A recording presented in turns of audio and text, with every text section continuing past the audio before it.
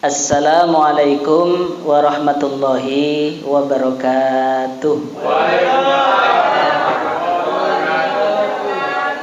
Alhamdulillah wassalatu wassalamu ala Rasulillah wa ala alihi wa ashabihi wa mawala. Asyhadu an la ilaha illallah wahdahu la syarikalah wa asyhadu anna Muhammadan abduhu wa rasuluhu la nabiyya ba'dah. Amma ba'du. Para alim, para ulama, sepuh bini sepuh ingkang kula hormati, takmir masjid beserta pengurus dan juga jamaah ingkang dimuliakan dening Allah Subhanahu wa taala. Para hadirin yang berbahagia, di dalam kultum singkat ini Al-Fakir akan menyampaikan keutamaan atau adab-adab menjamu tamu atau adab-adab menerima tamu atau keutamaan menghormat tamu. Jadi temanya pada malam hari ini adalah menghormati tamu. Para hadirin yang berbahagia, Rasulullah SAW bersabda, "Man kana yu'minu billahi wal yawmil akhir falyukrim dhaifa." Sopone wong sing iman dateng Allah ugi hari akhir, maka muliakanlah tamunya, hormatilah tamunya, jamulah tamunya. Rasulullah dalam keterangan lain, dalam riwayat lain juga menyebutkan, la khaira fi man la yudifu. Tidak ada kebaikan yang sempurna orang yang tidak menjamu tamunya. Artinya kalau kedayoan, ketamuan dihormat dengan semulia-mulianya, dengan semampunya, dengan seistimewa-seistimewanya. Kenapa? Karena ini adalah ajaran baginda Rasulullah sallallahu alaihi wasallam. Baik, selanjutnya para hadirin, apa saja adab-adab menghormati tamu atau adab-adab di dalam ketika kita kedatangan seorang tamu? Maka yang pertama ini kita ingat-ingat, kalau kedatangan tamu yang kita ingat, jangan lupa segera dijamu, segera diberikan suguhan saanane. Krono orang atau tamu itu biasanya apa saja pokok ono nggih mlebu, pokok luwih, pokok ewul napa mawon enak, ngoten nggih. Jadi yang kalau ada tamu disegerakan, maka apa yang ada di dalam maka untuk dijamukan. Jangan sampai ada tamu tidak keluar apa-apa. Bahkan kalau ada tamu, ini yang mencontohkan langsung bapak kita Nabi Ibrahim. Di dalam Al-Quran diabadikan, Bismillahirrahmanirrahim. Hal ataka hadithu dhaifi Ibrahim al-mukramin.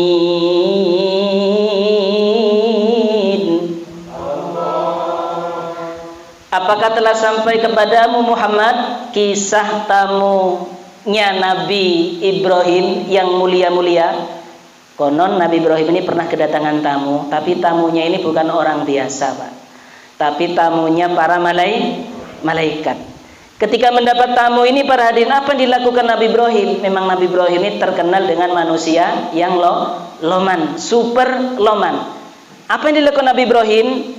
Langsung ke belakang, orang kondo-kondo, langsung nangguri, para hadirin. Untuk apa? Datang kepada istrinya. Untuk apa? Nyuruh masak anaknya sapi. Napa, Bu? Pedet anak sapi. Biijlin samin, anak sapi sing lemu kadean, para hadirin. Masya Allah, itu adalah akhlak Nabiullah Ibrahim al-Khalil. Beliau ada tamu tidak dikenal, padahal tidak dikenal, tamunya tidak dikenal, tidak tahu dari mananya Nabi Ibrahim. Pokok ada tamu, ke belakang diberi hidangan apa? Anak sapi. Bahasa Inggrisnya the pedet. Itu para hadirin, anak sapi. Masya Allah. Ini adalah akhlak Nabiullah Ibrahim. Kemudian apa yang dilakukan Ibrahim? Setelah matang disuguhkan.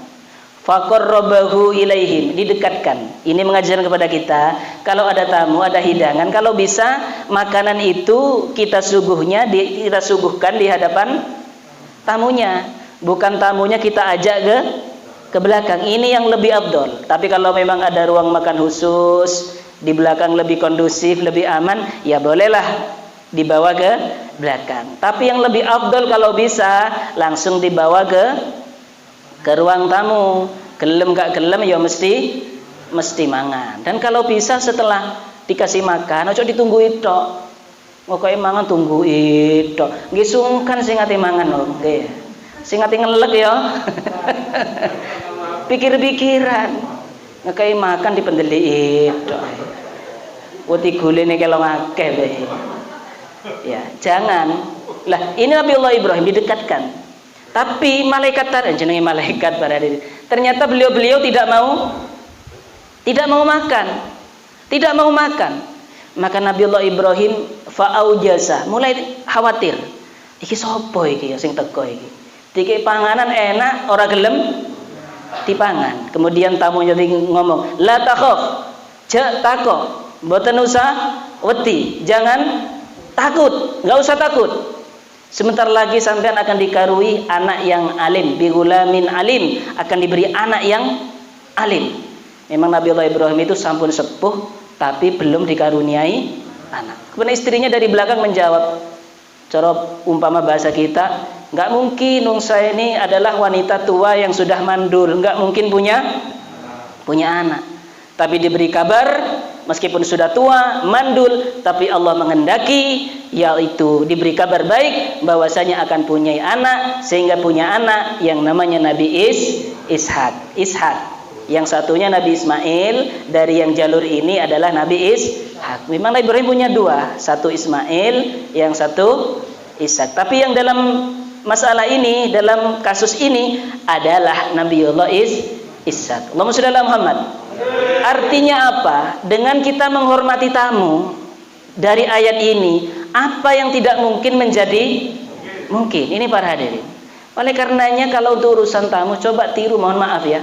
Saya bukan orang Madura, tapi di Madura itu meskipun banyak orang tidak punya para hadirin, kalau ada tamu super menghormat. Masih sembarang dibeleh, senajan beleh endok para hadirin. Enggak. Saya itu memang benar-benar hormatnya luar biasa pada tamu. Baik, saya lanjutkan.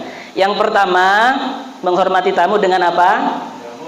Dijamu dengan semampunya. Yang kedua, para hadirin, menghormati tamu itu adalah dengan menunjukkan kondisi yang cukup.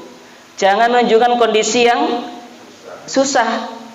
Sudah dikasih makan, dapat 2 suapan, tuan rumahnya ngomong, silakan dimakan, ini saya barusan hutang sama tetangga.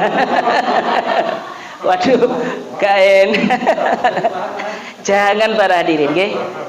Jadi meskipun hutang di belakang, jangan bilang-bilang, nggih. Ojo kondo senajan utang ning tonggo, ojo kondo. Wis ketoke kaya duwe, ngoten lho para hadirin. Masalah mburi bendol, urusan belakangan. Karena sudah dijamin oleh Allah Subhanahu wa ta'ala. Jadi tuan rumah jangan menunjukkan sikap yang lemah, tidak punya, tapi tunjukkan seakan-akan kita itu mampu, seneng. Wis pokok iki udu utangan. Seperti itu. Siap nggih para hadirin nggih? Ini yang kedua. Yang ketiga, tamu itu yang utama selain suguhan, selain kita menunjukkan kita itu cukup, maka kita tunjukkan dengan senyuman, dengan wajah yang enak dipandang. Karena dengan wajah yang sumringah, dengan wajah yang cerah, yang berbunga-bunga, ini justru sangat mengenakan pada tamu daripada makanan yang enak, kata para ulama. Betul makanannya enak, gulai, sate, kare, tapi yang menyuguhkan sambil pendelak-pendeli. Bahasa Indonesia ini apa? Sambil melotot, sambil mengerungut. silakan dibadok. Umpamane. Yo gak sido mangan para hadirin. Ngoten nggih. Panganan enak tapi ngomongnya kasar. Ini yang ada di sini. Kalau di rumahmu nggak ada ini, ayo dimakan. Badok-badok umpamane. Lah ini jangan. Tapi dengan senyuman. Kemudian yang nomor berapa? Nomor 4. Kalau ada tamu diberi kata-kata atau diajak ngobrol yang enak. Diajak ngomong yang enak, yang sekiranya nggak kontroversi, yang enak lah, yang sekiranya tamu itu seneng. Wong tamunya nggak suka politik, tuan rumahnya ngomong politik. Masya Allah. Cari tamunya, aduh aku dijak debat, mari dipangani luwe meneh para hadirin. Jangan, jadi bicara sesuai dengan yang disenangi oleh tamu. Kemudian yang nomor 5. Kalau ada tamu, misalkan mau pulang, mau pamitan, maka tuan rumah itu hendaklah agak bersedih. Waduh, kok kesusumen gitu. Jangan keburu-buru. Padahal jero hati ini ndang bali. Oh.